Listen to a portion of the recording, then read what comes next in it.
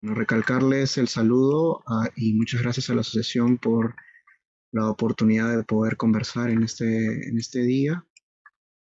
Bueno, en esta oportunidad yo vengo trayendo una exposición que resume cómo aportaría la medicina conductual al tratamiento interdisciplinar de la diabetes en el Perú.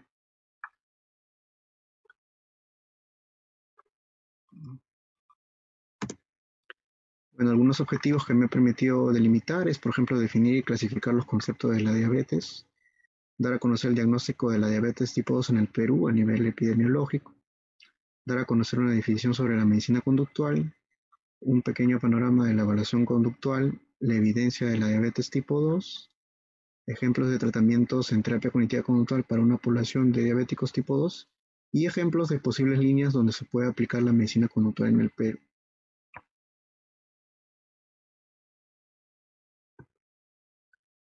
Bueno, la diabetes en general, la de tipo 2, tiene tres fases.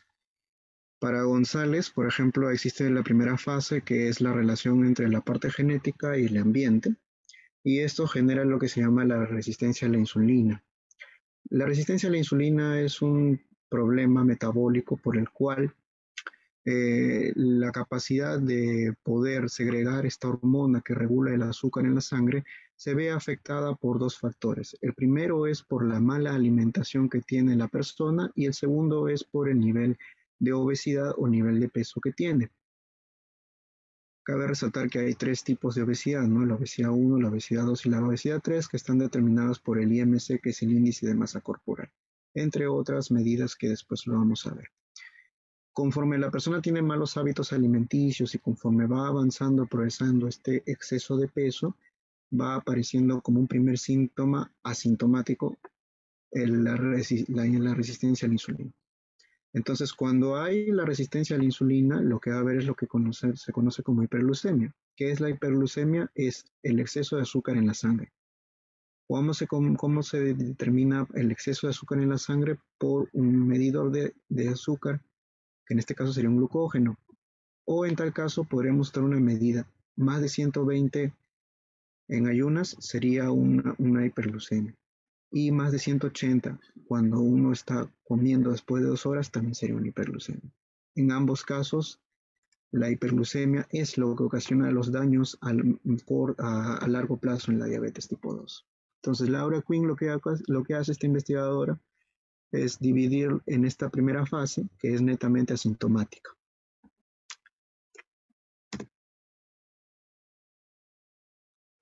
En la segunda fase vemos que hay, obviamente, el cuerpo a reaccionar con una cantidad grande de azúcar que sobrepasa los niveles normales, el cuerpo lo que hace es aumentar mayor cantidad de insulina. Pero como existe al mismo tiempo la resistencia a la insulina y no bajan los niveles de azúcar, entonces hay un exceso de insulina que se produce, pero no baja el azúcar, se mantiene la hiperglucemia, o sea, se mantiene la gran cantidad de azúcar en la sangre. Y hasta ahí, por ejemplo, podemos también decir de que el paciente no puede sentir absolutamente nada. Puede tener un azúcar de 200, 300, 400 y puede vivir una totalmente normal. La única diferencia entre la primera fase y la segunda fase es que ya se va a ver un deterioro en la estructura pancreática, es decir, a nivel de células beta. ¿Qué cosas son las células beta? Son las encargadas de producir la insulina. Al tratar de bajar este azúcar en sangre y no poder hacerlo, el cuerpo combustiona mayor cantidad de insulina, pero ya va a haber un daño estructural del propio órgano. Y en la fase 3, donde sí pueden haber algunos síntomas, como por ejemplo dolores de cabeza, donde ya ahí se queda en la boca, orina bastante, se mantiene la resistencia a la insulina, pero ya como el daño ya es estructural, ya el páncreas ya no produce la misma cantidad de insulina. Entonces, al no producir la misma cantidad de insulina, se va agotando. La reserva pancreática se agota. Y es por eso que vemos que hay una glucosa excesiva, pero ya el páncreas no produce insulina. Entonces, en esta fase 3, la persona puede llegar incluso a ser insulinodependiente, que es como pincharse un poco de insulina como tratamiento preventivo. Entonces, una conclusión es que la fase es entre las relaciones genéticas y las relaciones comportamentales. El segundo ya afecta a la estructura biológica del páncreas y en el tercero ya la estructura biológica es totalmente en déficit, ¿no? Entonces, Germán Campuzano lo grafica de esta manera. Hay una tolerancia a la glucosa, que es la cantidad excesiva de azúcar en la sangre, y podemos determinar que en un momento cuando sube el azúcar demasiado, y con otras pruebas también hay lo que ya comienza a ver el apareamiento de la diabetes, ¿no? Y aquí, por ejemplo, en la insulina podemos ver que hay una caída de la producción, ¿no? Eso quiere decir que en algún momento de la vida del paciente ya su cuerpo no va a producir esto. ¿Qué significa glucosa en ayunas? Es antes de comer, y glucosa postprandial es 2 horas después de comer. En los dos casos se tiene que medir la glucosa. Otra cosa importante en este estudio es que como el estudio es longitudinal, se ha comprobado que una vez dictada la diabetes en la persona, existe un promedio de 10 años para que desarrolle complicaciones microvasculares y complicaciones macrovasculares. ¿Qué son complicaciones microvasculares? Son complicaciones que tienen que ver con venas pequeñas. Por ejemplo, puede ser la parte renal, la parte de retina, y complicaciones macrovasculares tienen que ver con problemas de tipo de corazón, ¿no? Por ejemplo, infarto de miocardio. Entonces, por ejemplo, para tomar en cuenta, un psicólogo que trabaja en medicina comportamental debe saber que la glucosa en ayunas debe ser entre 70 y 110, que es, digamos, que es el rango normal de una persona. La glucosa postprandial debe ser 140 menos, que quiere decir que 2 horas después de comer tiene que tener esa medida. Y aquí viene nuestro concepto principal del objetivo terapéutico. ¿Qué cosa es la hemoglobina glicosilada? Es la cantidad de azúcar que hay en la hemoglobina por lo menos 120 días y que a determinado porcentaje resume el impacto del azúcar que tiene en el organismo. ¿Qué significa esto de, por ejemplo, 5.6% normal? Significa que de cada 100 células, 5 mueren. Eso es un procedimiento normal. Pero, ¿qué sucede con la diabetes? Que como el azúcar está en exceso, va a comenzar a inundar estas células, a tal punto que les quita la capacidad de poder respirar, de recibir la molécula de oxígeno. Cuando les quita la capacidad de poder recibir la molécula de oxígeno, la célula muere. En ese sentido, cuando la célula muere, estamos hablando de que también hay pérdidas de defensas. Por eso es que el diabético sufre mucho de infecciones, porque producto del exceso de azúcar en la sangre comienzan a morir también células por este ahogo, por esta falta de oxígeno. Entonces la medida internacional es que si en esta prueba sale de 6.4, de 5.7 a 6.4, significa que es un prediabético. Y de 5.5 a más significa que es un diabético.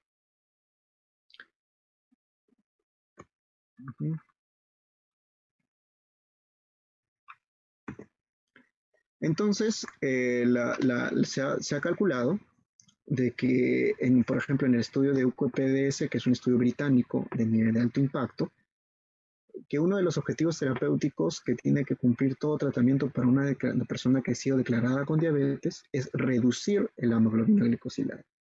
Por ejemplo, si aquí la hemoglobina glicosilada está en 7, significa que podría estar en un control.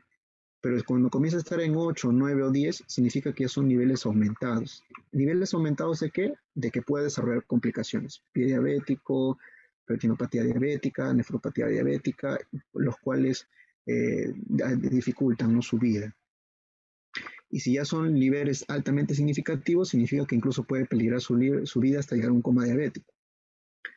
Entonces, uno de los primeros objetivos en las terapias es que cada 1% de reducción de esta hemoglobina glicosilada representa un 43% para salvarle la vida a un paciente de amputación o muerte por enfermedad cardiovascular, un 37% para evitar complicación microvascular, sea en el ojo, sea en el riñón, por ejemplo, ¿no? Un 21% para evitar cualquier complicación asociada a la diabetes, por ejemplo, puede ser algún tipo de infección, un 21% de muerte asociada con la diabetes, que puede ser también una hipertensión, que generalmente muchos pacientes desarrollan hipertensión a lo largo de la enfermedad y un 14% de evitar el infarto de miocardio, ¿no? Entonces aquí vemos un objetivo muy claro en el tratamiento interdisciplinario, ¿no? Que al paciente lo debemos educar para que conforme menos hemoglobina glicosilada tenga, más va a prolongar su estadio de vida. Entonces en el Perú, el MINSA hizo una proyección de la diabetes mellitus para el periodo 2000 al 2025 y se estima que hay un crecimiento exponencial del 40%, ¿no? El documento lo pueden revisar, está en la página del MINSA. Y eso representa un número bastante alarmante, ¿no? Cabe resaltar que, por ejemplo, el Instituto Nacional de Estadística el año pasado dijo de que prácticamente desde los 15 años en adelante hay un 35% de problemas metabólicos. Eso quiere decir que las personas, una de cada tres personas en el Perú tiene problemas tanto de sobrepeso o tiene problemas de obesidad. Y muy posiblemente toda esa cantidad de gente, algunos desarrollen diabetes, ¿no?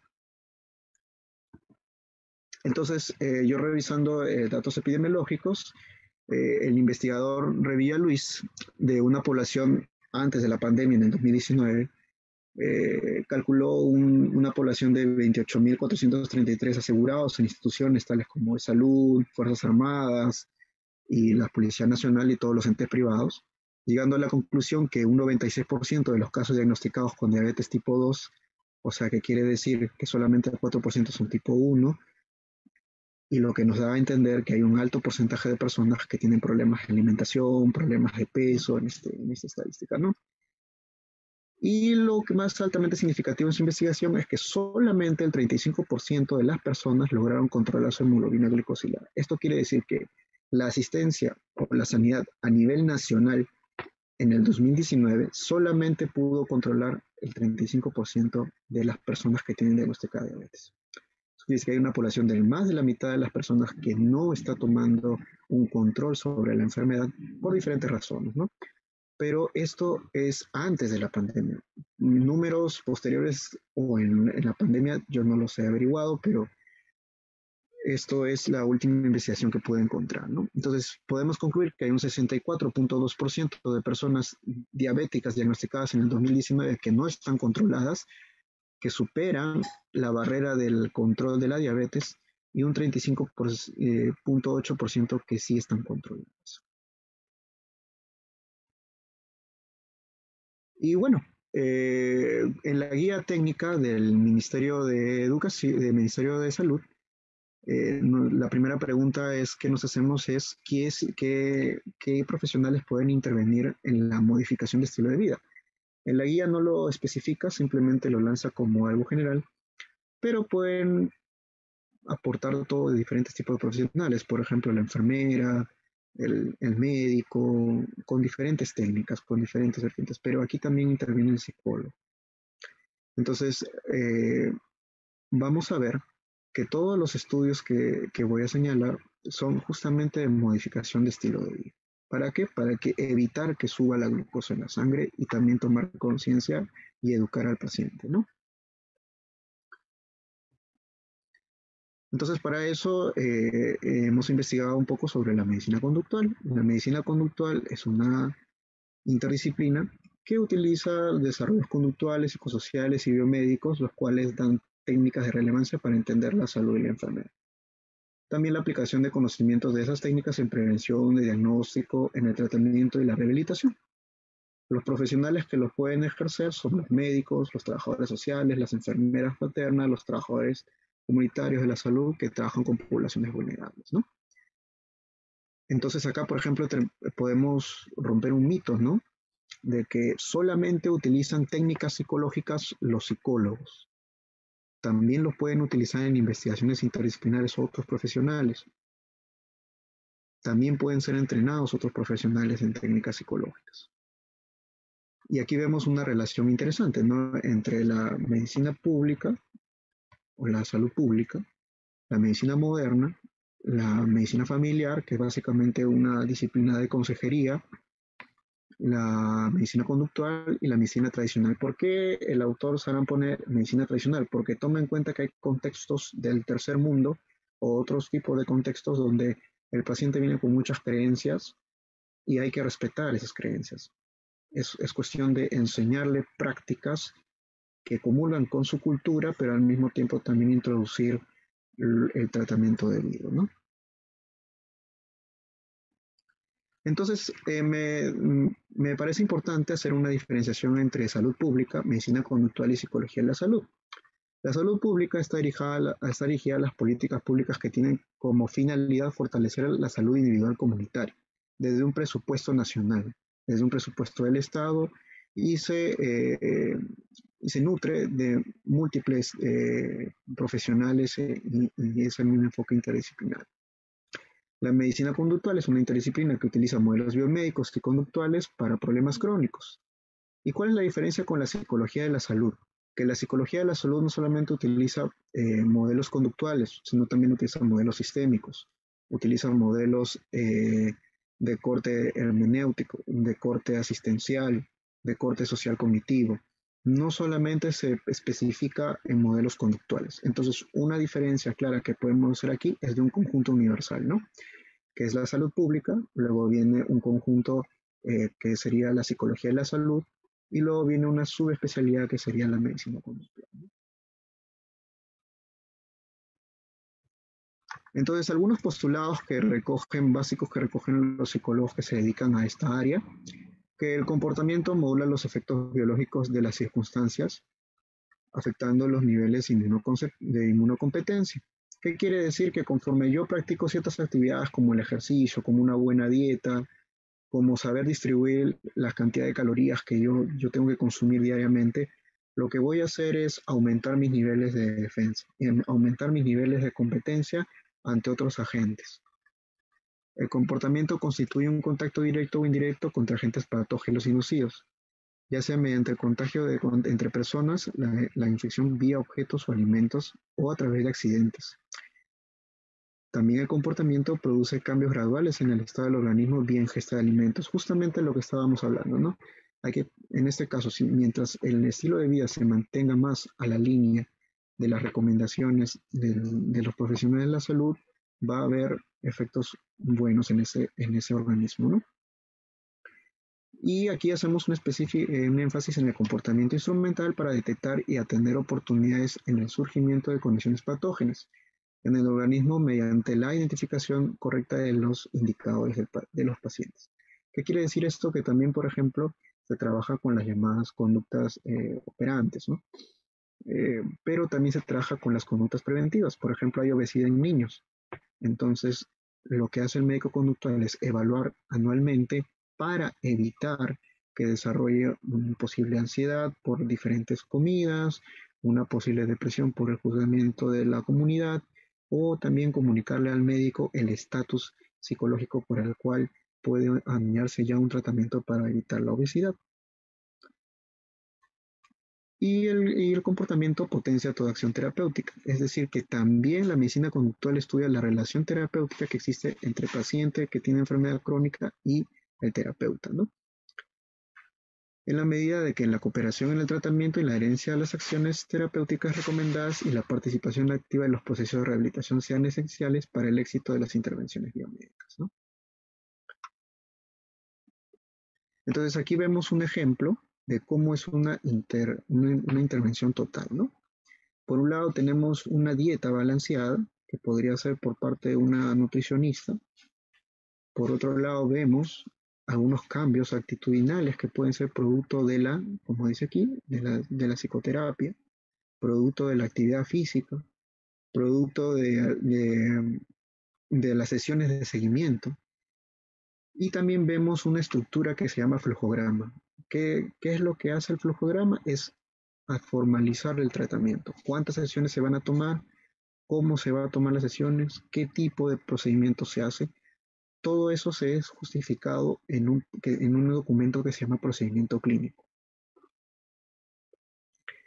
Y los objetivos, obviamente, en este caso que está tomado por un caso de obesidad, es controlar el peso y disminuir el factor insulínico, ¿no?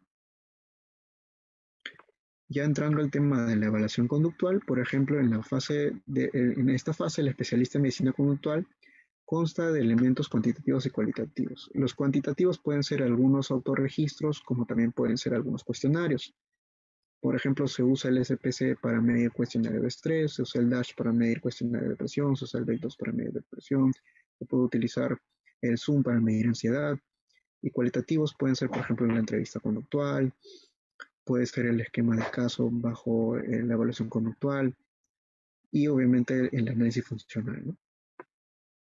En ese sentido, por ejemplo, en las fases de evaluación conductual, en la fase inicial, por ejemplo, nosotros descubrimos la demanda del paciente.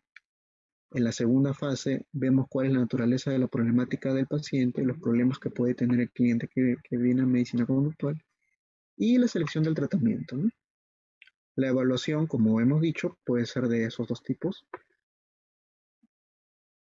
pero también se pregunta como parte de la entrevista a qué se puede, a cuáles son los cambios o cuál es la herencia, por ejemplo, el tratamiento que tiene. Si le gustó, por ejemplo, el trato del médico, cuáles son los medicamentos que está tomando, cómo le está yendo con los medicamentos que está tomando, cuáles son los malestares que tiene por el medicamento que está tomando o por en general las circunstancias que está viviendo, ¿no?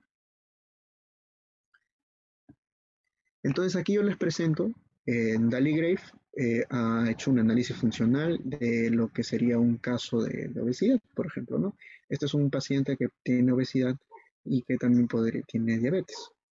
En este caso, por ejemplo, en el caso reportado por él, los estímulos antecedentes serían, por ejemplo, tener mucha comida chatarra, eh, en otro manifiesta haber tenido ansiedad o estrés como un estímulo que puede evocar las problemáticas a nivel cognitivo, ¿no? Por ejemplo, yo como porque estoy estresado, yo como porque es la única forma de que me relaje, cuando yo veo comida no lo puedo resistir, no es mi política refutar comida, y cuando yo como con amigos no tengo control, ¿no? Entonces acá vemos en el análisis funcional que también hay ya conductas problemas, ¿no? Por ejemplo, el picnic, el snacking, que básicamente sería comer comida chatarra. Y las consecuencias que mantienen estas conductas problemas, por ejemplo, que se siente muy bien, que se siente relajado y que se entretiene cuando come con otros, ¿no? Entonces este es un ejemplo de cómo se esquematiza el caso.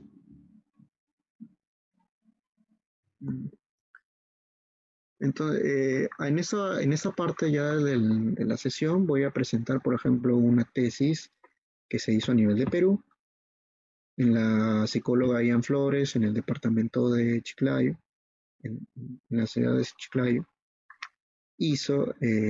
Chimbote, perdón, hizo estos siguientes objetivos en un grupo de tratamiento para el control del estrés y el control de la diabetes. Por ejemplo, se propuso disminuir los niveles de estrés, mantener el control metabólico, disminuir la tensión y irritabilidad, aumentar el grado de aceptación social de los conflictos en los pacientes y aumentar la energía y diversificación y diversión de los pacientes, ¿no? Para ella, por ejemplo, para ella utilizó este marco de 10 sesiones, donde primero hizo la psicoeducación en pacientes, después aplicó una sensibilización sistemática en dos partes, una tercera para reforzar la parte imaginaria, un entrenamiento en la técnica de reestructuración cognitiva. En la sesión 6 utilizó reestructuración cognitiva y diálogo socrático, la detección del pensamiento de autocontrol, la comunicación asertiva y resolución de problemas, las habilidades sociales y el entrenamiento en educación en el estrés. Entonces, como vemos, las técnicas cognitivas conductuales en este paquete sirvieron tanto para la variable de estrés, que conforme vaya disminuyendo, también va controlando los otros comportamientos, ¿no? Entonces ella llegó a la conclusión de la investigación fue la siguiente, ¿no? La efectividad del programa cognitivo-conductual propuesto por la hipótesis obtuvo que el grupo experimental, después de aplicar, disminuyó los niveles de estrés y mantuvo el control metabólico satisfactorio en los pacientes diabéticos tipo 2. lo que significa que hubo un efecto después de la aplicación del programa en el grupo experimental. Estos resultados obtenidos concuerdan con otros estudios de efectividad de intervenciones de corte cognitivo-conductual para mejorar la condición metabólica de los pacientes. Entonces, ese es un ejemplo de lo que se hace en Perú, pero no como medicina conductual, sino se hace como tratamiento de psicología de la salud.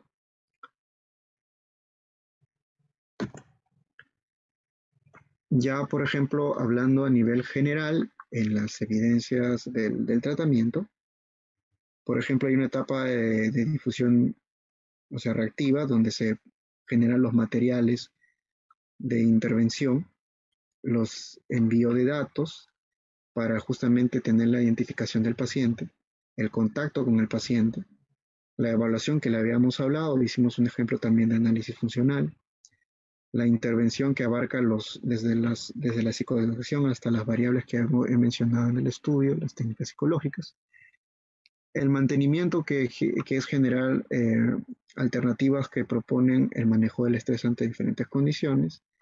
El seguimiento es justamente muy importante porque al ser una enfermedad crónica, siempre el paciente va a estar pasando por medicina cada 3 meses o cada 6 meses, dependiendo de su control metabólico. ¿Y eso por qué se da?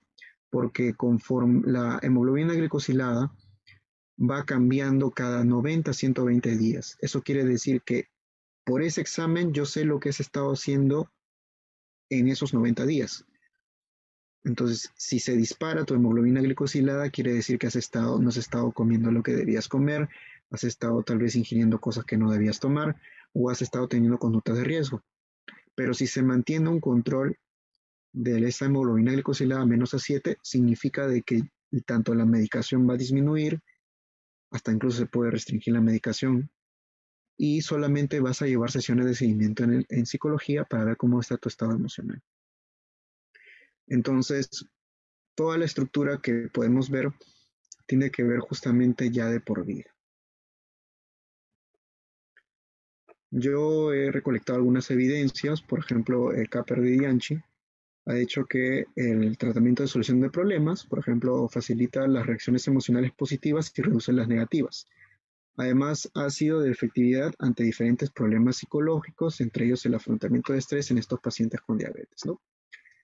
Y cuando tú trabajas el estrés en pacientes con diabetes, en este caso sus autores demostraron diferencias significativas en la hemoglobina glicosilada. ¿Qué quiere decir? Que bajó ese azúcar en sangre que puede prevenir las complicaciones, ¿no? En el caso de serie y colaboradores, por ejemplo, ellos hicieron un grupo de entrenamiento en TCC, reducción significativa de 2 semanas después, y en el grupo control un aumento significativo en puntos de estrés, ¿no? Lo que llevó a la conclusión es que hubo diferencias significativas entre estos dos grupos. Y también les tomó la glicemia en ayunas y el grupo que tuvo TCC tuvo una reducción estadísticamente significativa, ¿no? Quiere decir que la terapia psicológica aporta en algo a ese control de la glucosa para estos autores. Y el último estudio es el de Moshari, que con un registro de 436 pacientes trabajando terapia cognitiva conductual entre estrés, ansiedad y depresión, hubo una reducción significativa en los puntajes que se observaron para la depresión, para la ansiedad y para el estrés. Y el 70% de los participantes con puntajes de estrés pasaron a puntajes normales de graduación. Quiere decir que lo que tenían un puntaje significativo se disminuyó. Y también le sacaron la glucosa en ayunas. Por lo tanto, también se puede hacer ese seguimiento y también hubo una disminución. Ahora, hay que aclarar 3 cosas importantes aquí. Por temas de tiempo, no he podido presentar, pero hay investigaciones también en terapia cognitiva conductual y ejercicio físico. Ejercicio físico y hemoglobina glicosilada. Terapia de conducta y, por ejemplo, ejercicio físico y medicación. También se ha visto lo que es terapia de conducta, ejercicio físico, medicación y depresión. y también ansiedad y estrés. Entonces, existen múltiples investigadores que proponen tanto estas investigaciones y que todas tienen relación con la disminución del azúcar en sangre, tanto como efecto directo o como efecto indirecto. Entonces, en el Perú, ¿qué se podría crear a nivel de líneas de investigación, ¿no? Por ejemplo, la herencia al tratamiento, qué tipo de intervención basada, por ejemplo, en motivación podríamos añadir a la persona que quiere añadirse un tratamiento, cuáles son las estrategias de psicoeducación que se podrían dar para añadirse a tratamiento, cómo el médico puede generar una buena relación terapéutica, el psicólogo puede enseñarle eso al médico, o cómo se influyen las emociones en la herencia del tratamiento. Estoy dando ejemplos de posibles líneas. La relación terapéutica también se ha investigado, cómo justamente las palabras al momento del diagnóstico, cuando el médico dice abruptamente tú tienes este diagnóstico, puede haber un efecto emocional negativo en la persona. Y para eso también el médico conductual capacita al médico, en este caso para saber dar los mensajes, saber dar empatía, ¿no? Para estas noticias que obviamente son muy impactantes para las personas. Por una sencilla razón, porque en el Perú la mayoría de personas que tienen diabetes tipo 2 o lo descubren accidentalmente porque terminan en urgencias, o lo descubren por un examen médico ocupacional o porque tienen otro tipo de complicación. No es un descubrimiento generalmente a voluntad, ¿no? Otro tipo de línea de investigación que podría ser el tratamiento combinado. Otro tipo de línea de investigación que también podría actuar el médico conductual en el Perú es la prevención, ¿no? Por ejemplo, la sociedad, la Sociedad Americana de Medicina Conductual enfatiza en que dentro de las políticas públicas debería estar el control metabólico en los niños. Y para eso también se requiere una evaluación psicológica. Entonces, si ya vemos un niño que, por ejemplo, ya va teniendo más de 90 centímetros de cintura, tiene ya índices de glucémicos altos, tiene un peso que excede su talla, y encima vemos que, por ejemplo, tiene reacciones ansiosas en la entrevista, o vemos que ya tiene algún tipo de atracones cuando consume algún tipo de comida, entonces ese puede ser un candidato para desarrollar tanto obesidad y después la diabetes. ¿Y cuál es el beneficio? Que primero salvamos la vida de la persona y la segunda es que a nivel público se evita una tasa mayor de mortalidad. El tratamiento combinado, que quiere decir, por ejemplo, TCC con medicación, TCC sola y medicación para ver cuáles son los efectos de cada uno.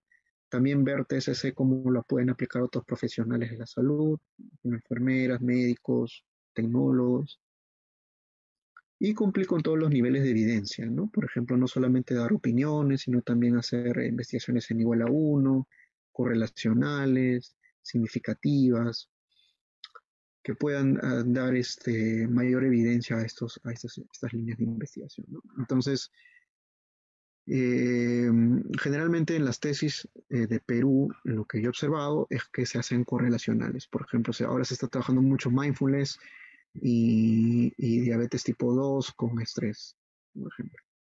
O TCC, estrés y diabetes. Eh, es lo que más he observado, pero ampliamos, ¿no? Hay mayor cantidad de líneas que podríamos investigar, ¿no?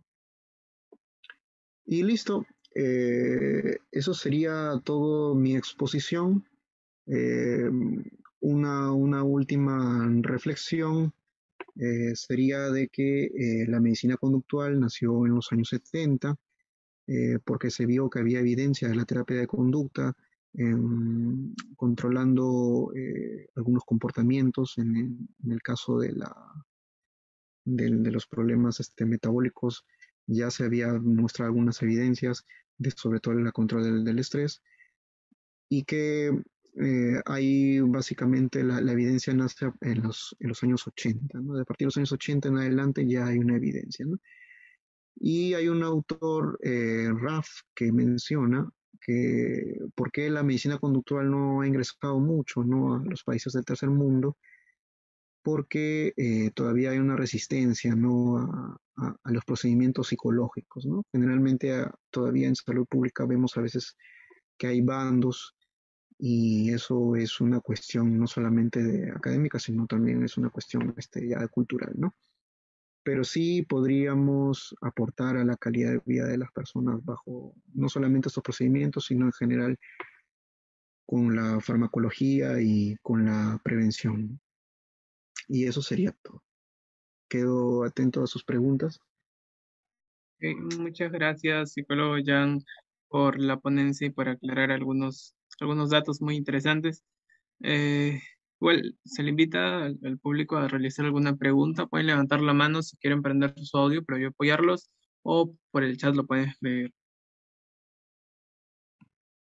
Acá hay una pregunta y dice, eh, ¿la medicina conductual solo ayuda o solo es útil para la diabetes o para qué otras enfermedades?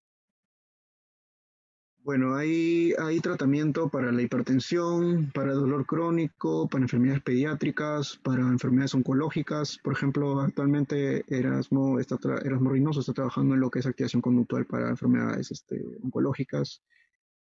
Hay también para enfermedades de tipo autoinmune, para enfermedades cardíacas. En general, todo tipo de enfermedad donde haya un componente conductual se puede trabajar.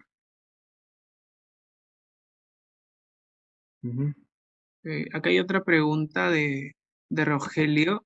Rogelio Jiménez pregunta, un poco de lo que he leído en medicina conductual es que tratan de buscar patrones tipo de conductas, tipo A, etcétera, y relacionarlos con enfermedades crónicas. ¿Es viable hacerlo? Ya actualmente esa relación sí se estableció en un tiempo, pero ya muy poco, a mi juicio ya muy poco se trabaja las relaciones tipo A, tipo B. Lo que más bien de frente se trabaja es si es que en el análisis funcional la persona es competente o no. Si es que desarrolla las competencias necesarias, se puede disminuir. Si es que no se desarrollan las competencias necesarias. Ahora, hay algunos investigadores que siguen utilizando esa clasificación para relacionar las conductas tipo A, tipo B con enfermedades crónicas, pero no la he investigado más a fondo, pero sí conozco ese tipo de correlación, en el sentido de que sí hay ciertos patrones de características que sí predisponen, pero no he revisado los datos, o sea, no sé si son significativamente estadísticos o no. Eso sí, no lo he revisado.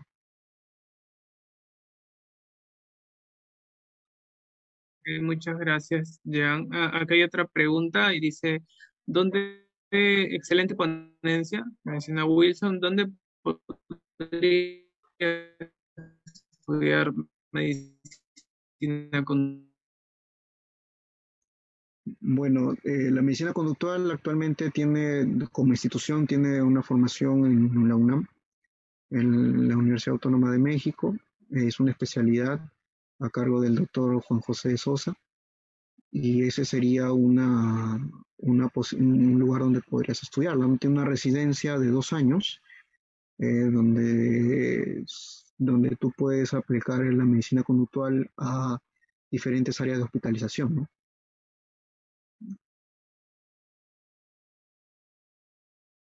Aquí hay otra pregunta de Juan Mendoza, dice, gracias por la ponencia, una consulta. ¿Hasta qué punto otros profesionales de la salud que no sean psicólogos pueden llevar un tratamiento o técnicas psicológicas con los pacientes, diabéticos, por ejemplo? Y eh, o qué tipo de capacitaciones, o qué tipo de capacitación debería recibir por parte de un psicólogo. Claro, lo que pasa es que en la investigación interdisciplinaria, eh, y en la investigación de salud pública no se pide tanto defender los conceptos ni las rivalidades conceptuales que pueden haber, si no se buscan resultados. Mientras si hay una terapia que es significativamente, si tiene resultados, se utiliza, si no lo tiene, no se utiliza. Entonces, en este caso, cuando hay una investigación de tipo interdisciplinario, la que comanda la parte teórica en esta parte es el psicólogo, pero eso no quita que haya otros profesionales que puedan utilizar esas técnicas por dos razones. La primera es porque ellos también están en relación con las conductas de riesgo de las personas, y la segunda es porque necesitamos mayor cantidad de profesionales que conozcan de estas intervenciones. Porque ¿qué sucede si, por ejemplo, un paciente tiene enfermedades no controladas y no hay un psicólogo en ese lugar? Obviamente, por una situación de emergencia, por ejemplo, se podría utilizar diferentes técnicas. Entonces, sí se pueden utilizar siempre y cuando haya la asesoría correcta. Otra cosa sería decir que, por ejemplo, el médico sin una formación previa o sin una capacitación previa utilice indiscriminadamente las técnicas. Eso ya sería otra cosa. Pero sí se puede usar. Muchas gracias, Jan. Aquí hay otra pregunta y dice, ¿el término medicina conductual y psicología de la salud puede ser intercambiable? No, porque la psicología de la salud abarca más temas que solamente el enfoque conductual. Habíamos dicho que abarca los temas de teorías de social cognitivas, teorías sistémicas. Lo que pasa es que también hay evidencia en eso, pero a nivel profesional. Entonces también abarca, también tiene sus propias teorías, como la APT, y el término medicina conductual va referente netamente a lo que es la relación entre formaciones o conocimientos médicos y, y las teorías conductuales. Entonces no son intercambiables, pero actualmente sí hay un debate muy fuerte entre lo que es salud pública y, y conducta saludable. Eso sí, pero eso es un debate ya conceptual. Aquí dejan otra duda y mencionan, ¿cuáles son las limitaciones actuales en base a la medicina conductual? Bueno, Sheriff, en el artículo que comenta, dice que, por ejemplo, hay tres limitaciones, ¿no? La primera es que hay un mal entendimiento del análisis conductual aplicado, que se cree que el análisis conductual aplicado tiene que ver con recompensas, que solamente se aplica al autismo, porque este autor es norteamericano, entonces lo mira desde su contexto. Lo segundo es la parte del financiamiento. Al no ser, al tener que ver con salud pública, se necesita dinero y no hay mucho financiamiento en ese lado. Y lo tercero es la estigmatización, pues, ¿no? O sea, siempre hay una cuestión gremial que hace que el análisis conductual aplicado no tenga un gran impacto, ¿no? Por sus mitos que ya habían, algunos mitos que habían narrado, ¿no? Ujú. Muchas gracias, Jan. No sé si hay otra pregunta, otra duda por ahí. Ah, ok, acá hay una pregunta. Dicen, ¿cuál es el estado actual en el Perú de la psicología conductual? Mm, Bueno, esa es podría dar mi opinión, pero no tiene nada, no tiene que ver con mucho con medicina conductual. Eh, Va en una opinión general, creo que eso es, la relación Ah, es que Jan, está disculpa, creciendo. Dime. mencionaba en vez del... Era medicina conductual, es decir, ¿cuál es el estado actual en el Perú de la medicina conductual? Eso quiso decir Ah, ya, ya. la persona que Ya, pregunta. bueno, institucionalmente no hay para formarse. Digamos que lo que hay es investigación en psicología de la salud que toma tecnología o de terapia de conducta, pero no hay como una institución, una formalización del caso, ¿no? Lo máximo que yo he visto son estudios controlados donde se utiliza la terapia cognitiva conductual, la modificación de conducta, pero después la prueba de que estamos todavía muy lejos de la institucionalidad es que en la ley solamente los psicólogos hacen una evaluación emocional una vez al año, ¿no? Y que dentro del flujograma que mostré, la modificación de estilo de vida se la dan más que todo a la nutricionista, pero también el psicólogo podría intervenir en eso, ¿no? Sobre todo en disminuir los atracones, por ejemplo, en la obesidad, ¿no? Pero no, al no haber una institución que abogue legalmente por esa inclusión del psicólogo en esa parte, no se puede dar el salto, ¿no? Acá hay otra pregunta del Facebook de Janela Mont y menciona, ¿la medicina conductual solo se trabaja en enfermedades crónicas o podría tener un papel en la prevención, por ejemplo, del COVID o las enfermedades de transmisión sexual? ¿O eso sería psicología de la salud? Eh, sí, sí, la medicina conductual también trabaja con enfermedades de transmisión sexual. También no he revisado si es que hay investigación en el COVID todavía, pero yo sí he visto que, por ejemplo, en psicología de la salud hay trabajos para la prevención del COVID. Por ejemplo, se le enseñan a las personas los 10 pasos para la prevención de la infección COVID-19.